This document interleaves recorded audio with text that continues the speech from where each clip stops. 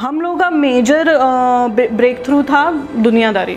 हम लोगों ने एडिट करी, दुनियादारी रिलीज़ हुई। दुनियादारी ने सारे मराठी बॉक्स ऑफिस के सारे रिकॉर्ड तोड़ दिए। उस फिल्म के लिए हम लोगों को 3 अवार्ड्स मिले, जिसमें 2 इंटरनेशनल अवार्ड थे। एंड फिर कट्यार का आज़ाद घुसली, अनुराग कश्यप के साथ मैंने लव शव चिकन खुराना करी, पुरानी जीन्स करी, मस्तराम करी, अभी हम लोगों ने ठाकरे करी। मैं 2006 में बॉम्बे आई थी, तो I came across this very good editor called Amit Pawar. That time he was a big name in Marathi. मैंने उनको रिक्वेस्ट किया कि मुझे आपको असिस्ट करना है, लेकिन उनका ऐसा था कि उनको कोई लड़की असिस्टेंट नहीं चाहिए थी। तो फाइनली उनके डैड को मेरे को कन्विंस करना पड़ा कि आप अपने बेटे को बोलो कि मुझे असिस्टेंट रखें। उनके साथ मैंने मुंबई मेरी जान करी। 2009 उनको मुंबई मेरी जान के लिए फिल्म फेयर भी मिला। और 2010 वो बीमार हो गए, उनका शुगर बढ़ गया था और he was hospitalised for 1 week and he died.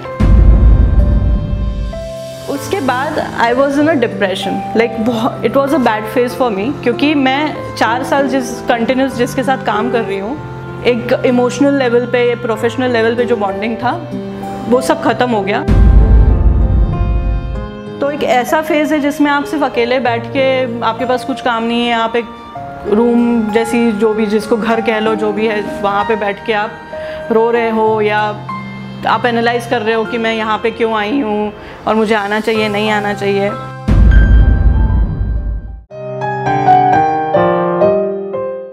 हाय, मैं अपूर्वा मोतीवाले। मैं एक फ़िल्म एडिटर हूँ जो मराठी और हिंदी फिल्म्स एडिट करती हूँ। मेरा होम टाउन इंदौर है और मेरा स्कूलिंग सिक्का स्कूल इंदौर से हुआ है, साउथ इंडियन कल्चरल एसोसिएशन। मेरा ग्रेजुएशन भी इंदौर से हुआ है। मैं 2006 में बॉम्बे आई थी। मेरा चाइल्डहुड एक नॉर्मल चाइल्डहुड रहा है, जैसे सबका होता है वैसा। हमेशा से बहुत लोगों के साथ रही हूँ, घर में कभी ऐसे अकेले रहने का टाइम नहीं आया बचपन में। मेरे father sound and television engineer थे, जेवियर्स पास आउट। सो वो हमेशा बचपन से मेरे को बताते थे कि फ़िल्म एडिटिंग क्या होता है। उन्होंने हमेशा मेरे को बताया कि जो आप फिल्म देखते हो स्क्रीन पे, उसका अगर वो एंटरटेनिंग है तो वो फिल्म एडिटिंग के कारण है, उसका स्पीड अच्छा है तो फिल्म एडिटिंग के कारण है, और अगर वो स्लो और बोरिंग है तो उसका एडिटिंग अच्छा नहीं है। वो हमेशा मुझे बताते थे। सो कहीं ना कहीं बचपन से एक फ़िल्म बैकग्राउंड तो नहीं कह सकते, लेकिन फ़िल्म से जुड़ी बातें और फिल्म से रिलेटेड चीज़ें घर में मैंने देखी है। 12th तक मेरा ड्रीम था कि मुझे CA बनना है, लेकिन 12th के बाद थोड़ा सा मुझे I came across this course in Indore, EMRC में एक कोर्स है इलेक्ट्रॉनिक मीडिया का, BSc in electronic media. So I came across that course और मैंने पापा को बोला कि मुझे ये ज्वाइन करना है। तो पापा वाज लाइक, मतलब बिना किसी डाउट के या बिना किसी झिझक के उन्होंने एक सेकेंड में बोल दिया, हाँ आप कर लो, इट्स गुड, आप वहाँ पे कुछ अच्छा सीखोगे। अगर फिल्म मेकिंग रिलेटेड आप कुछ सीखना चाहते हो तो it's good, you can join there. और मॉम थोड़ी सी कंफ्यूज थी, क्योंकि being a mom she was like little protective, और she wanted her child to do normal things, normal BCom और CA और इंजीनियरिंग और व्हाटएवर। बट ये थोड़ा उनके लिए अलग था। पर आई थिंक एक 2-3 दिन में she was also normal, she was like कि ठीक है आप कर सकते हो। तो ग्रेजुएशन हुआ, मैंने पापा को बोला कि अब बॉम्बे जाना है, तो उन्होंने कहा ठीक है मैं आपको छोड़ के आता हूँ, आप देखो वहाँ पे। अचानक से एक दिन में मेरा लाइफ चेंज हो गया, क्योंकि मैं एक ऐसी जगह आ गई जहाँ पे मैं किसी को नहीं जानती। मेरे डैड मेरे को जब छोड़ के गए, मैंने प्राइम फोकस में इंटर्नशिप किया 1 महीना, और 1 महीना इंटर्नशिप करने के बाद मुझे लगा कि मुझे यहाँ जॉब मिल जाएगी। तो मैंने वहाँ पे बोला कि सर मुझे जॉब चाहिए, तो वहाँ के HR ने मना कर दिया कि अरे आपको 1 महीने की इंटर्नशिप पे कोई जॉब नहीं देगा। रियलिटी चेक ही मिला कि नहीं, आपको इतनी आसानी से तो काम नहीं मिलने वाला है इस जगह पे। तो फिर मैंने कुछ ढूंढना शुरू किया, फिर मैंने डिसाइड किया कि मुझे करना क्या है। फिर मैंने कुछ अपने लिए क्राइटेरियाज बनाए कि यहाँ पे एडिटिंग में क्या क्या चीज़ें होती है। आप टेलीविज़न में एडिट कर सकते हो, आप फिल्म्स एडिट कर सकते हो, आप प्रोमोज एडिट कर सकते हो, आप डॉक्यूमेंट्रीज़ एडिट कर सकते हो। तो मैंने अपने लिए चुना कि मुझे फिल्म्स ही एडिट करनी है। तो अब मुझे फिल्म्स एडिट करनी है तो मुझे उसका डिटेल नॉलेज होना बहुत ज़रूरी है। तो मुझे किसी ऐसे इंसान को असिस्ट करना पड़ेगा जिसको ये सब पता है। तो I came across this very good editor called Amit Pawar. He was #1 editor in Marathi industry that time. So he did Dombili Fast, Mumbai Meri Jaan, Evan Oru, and he did Tamil film also. He did Marathi films, he did Hindi films, he did C Company, Chiller Party. So that time he was a big name in Marathi. और I came across him. मैंने उनको request किया कि मुझे आपको assist करना है, लेकिन उनका ऐसा था कि उनको कोई लड़की असिस्टेंट नहीं चाहिए थी. उनका कहना था कि लड़की असिस्टेंट रहेगी तो वो मेहनत नहीं करेगी, वो रात को रुकेगी नहीं, और मैं जैसे चाहूँ वैसे उनसे काम नहीं करा सकता. तो he was very much confuse about keeping me as an assistant. So मैं काफ़ी उनको मतलब अप्रोच किया इधर उधर से, काफ़ी लोगों को बोला कि प्लीज़ उनको बोलो. तो फाइनली उनके डैड को मेरे को कन्विंस करना पड़ा कि आप अपने बेटे को बोलो कि मुझे असिस्टेंट रखें. तो उनके डैड ने बोला कि नहीं, ये लड़की को मैं जानता हूँ तो आप रखो इनको असिस्टेंट. फिर मैं उनके पास गई, उन्होंने कहा ठीक है आप आओ कल से. मैं गई वहाँ पे, मैंने शुरू किया काम करना. और मुझे याद है उन्होंने मुझे कहा था, मतलब वो पहले ही दिन बोले थे कि मैं बैठ के कुछ सिखाऊंगा नहीं, तुमको देखना है, बैठो सीखो, जो भी है ऑब्जर्व करो, मैं तुमको हाथ पकड़ के कुछ सिखाने नहीं वाला हूँ. तो मैं कहा ठीक है. मैं गई और 4 महीने मैं सिर्फ उनके पीछे खड़े रह के या बैठ के, जैसा है जो वो काम कर रहे हैं मशीन पे कर रहे हैं, मैं सिर्फ देखती थी कि वो क्या काम कर रहे हैं. 4 महीने में एक भी दिन मैंने ना एडिट सेटअप को हाथ लगाया, ना मैंने कंप्यूटर ऑन किया, ना मैंने कुछ नहीं किया. 4 महीने सिर्फ मैंने उनको देखा है कि वो कैसे काम कर रहे हैं कंसिस्टेंटली.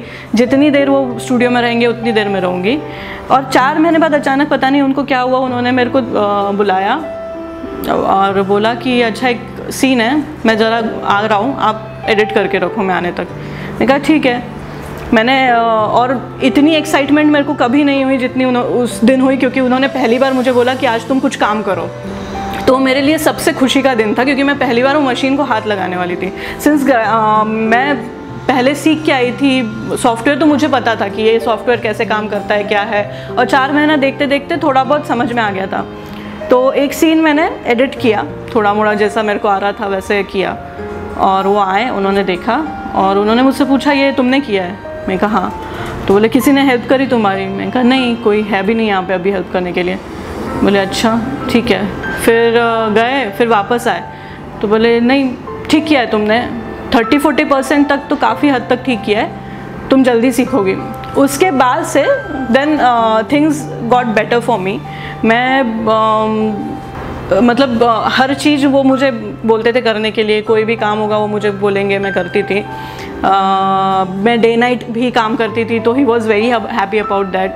तो वो हमेशा एक पॉइंट के बाद ऐसा हुआ कि 2 साल में इतना ज़्यादा अच्छा उनसे ट्यूनिंग हो गया था कि वो हमेशा बोलते थे कि ये मेरा बेटा है, बेटी नहीं है. तो ये मेरा बेटा है और ये मेरे को कभी ऐसा लगता नहीं कि मैंने किसी लड़की असिस्टेंट को रखा है, इसके कोई नखरे नहीं है, जो मुझे बहुत अच्छा लगता था. क्योंकि वो हमेशा सब जगह मेरी तारीफ़ करते थे, बोले ऐसी अगर मेरे पास कोई असिस्टेंट होगी तो मैं ऑस्कर जीतूँगा.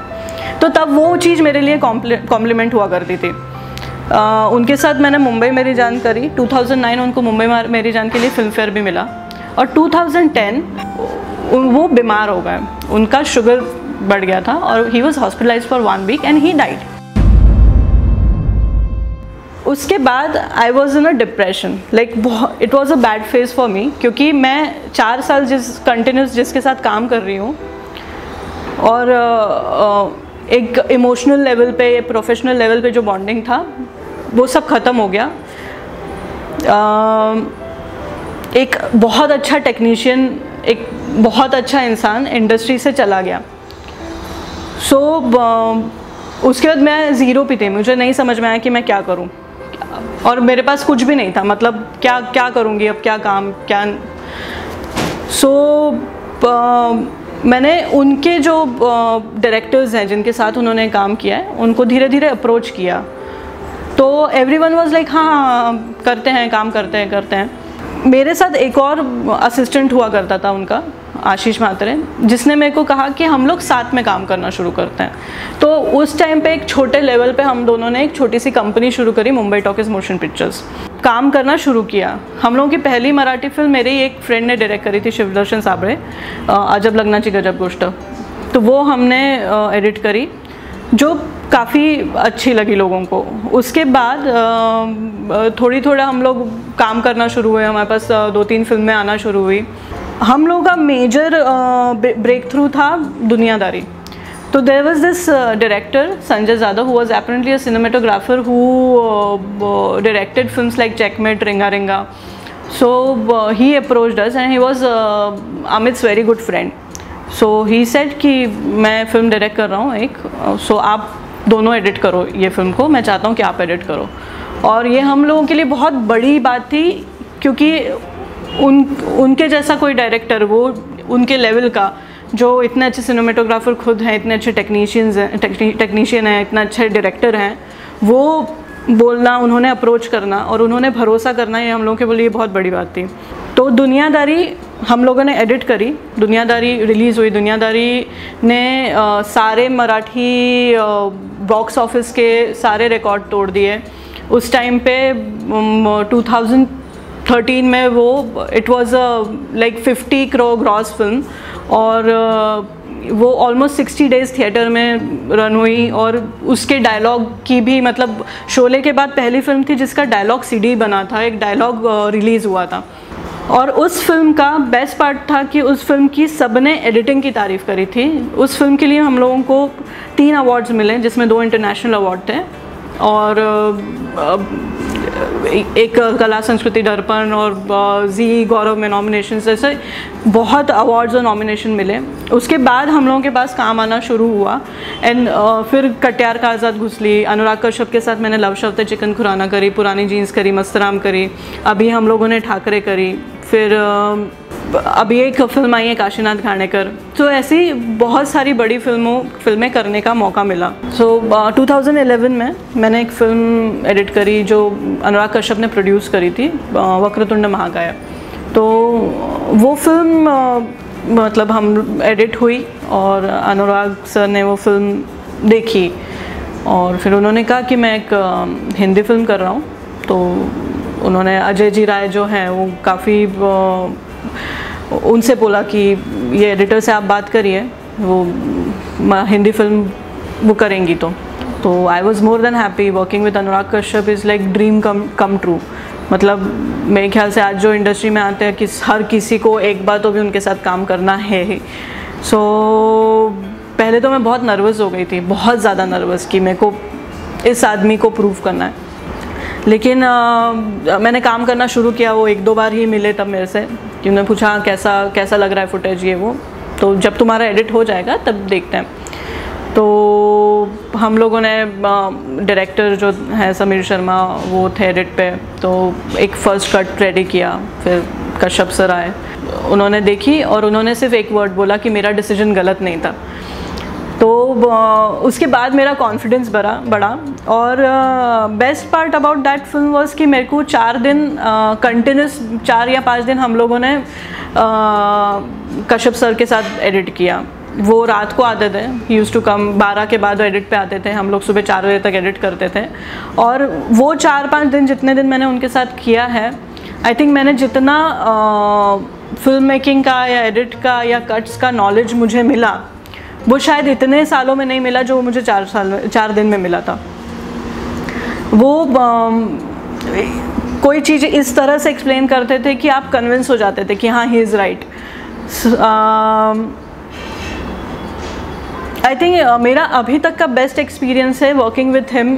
और वो 4 दिन जो हम लोग रात को एडिट करते थे क्रेजी आवर्स पे, वो happiest day of my life.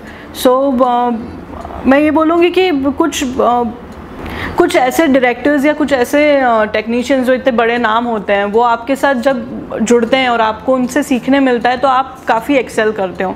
Same जब मैं ठाकरे एडिट कर रही थी तो मुझे नवाज़ से मिलने का मौका मिला।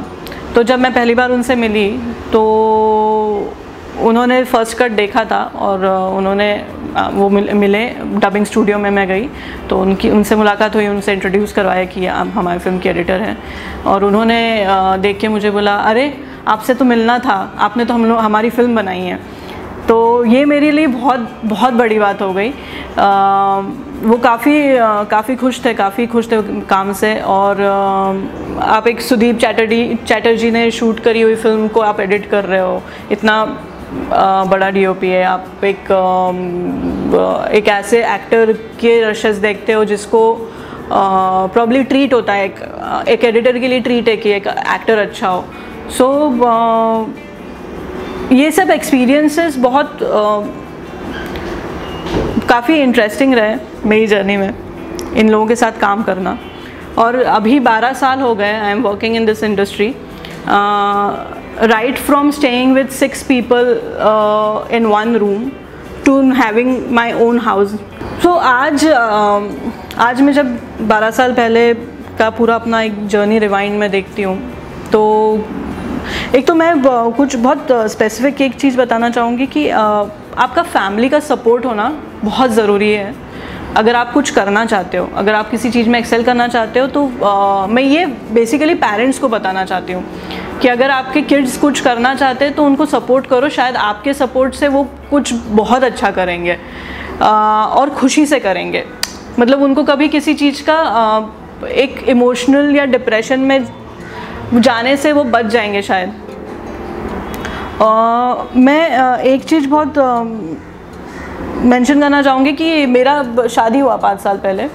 सो मेरी शादी मैंने मेरे दोस्त से, कॉलेज कलीग से ही करी। It was love marriage. So जैसे मेरे पेरेंट्स ने मुझे सपोर्ट किया वैसे ही मेरे हस्बैंड ने मुझको सपोर्ट किया। और मेरे क्रेज़ी टाइमिंग्स और काम करने का तरीका, ये सब को एडजस्ट करते हुए उसकी फैमिली ने कभी मुझे क्वेश्चन नहीं किया या कभी मुझे रोका नहीं। तो अभी भी मतलब मुझे अगर कभी लेट नाइट जाना हो तो कोई मुझे कुछ बोलता नहीं है या कभी कुछ पूछता नहीं है, क्योंकि उनको पता है ये मेरा काम है। तो ये भरोसा होना अपने फैमिली पे या अपने फैमिली मेम्बर पे बहुत ज़रूरी है। अगर मतलब आप अगर चाहते हो कि आपके बच्चे आगे बढ़े या आपके पार्टनर आगे बढ़े, तो ये भरोसा रखना बहुत ज़रूरी है। मैं जितने भी लोग आना चाहते, कोई भी फील्ड में कुछ भी अलग या हट के कुछ करना चाहते हैं, तो मैं यही कहूँगी कि स्ट्रगल तो हर जगह, स्ट्रगल तो कहीं पे भी ऐसा नहीं है कि नहीं है, पर बहुत पैशनेटली और बहुत इंटेंसिटी से काम करना ज़रूरी है और बहुत चीज़ें सैक्रिफाइस करनी पड़ती है। तो इट्स ओके, क्योंकि जब आपको जब एंड रिज़ल्ट मिलता है ना, तो आपको समझ में आता है कि हाँ, ये सैक्रिफाइस जो किया है ये करेक्ट था उस टाइम पे। अगर शायद नहीं करते तो ये चीज़ नहीं होती। सो वो बोलते हैं ना, पूरा आपकी पूरी सराउंडिंग और आपके आसपास के लोग, आपके फ्रेंड्स, आपकी सारा आपका एनवायरनमेंट जो है, आपका वर्क प्लेस, अगर आपकी इच्छा हो तो वो आपको उतना हेल्प करेगा और सब चीज़ें आपके हिसाब से होती जाती है। इट्स जस्ट कि आपको थोड़ा पैशनेटली आपका जो भी है ड्रीम को उसको फॉलो करना है। Never give up. मैं यही कहूँगी किसी को भी कि कभी भी कोई गिव अप मत करो और बहुत पॉजिटिव एनर्जी रखो अपने आसपास। तो पॉजिटिव जितना रहोगे उतना आपके चीज़ें पॉजिटिव ही होंगी। Thank you.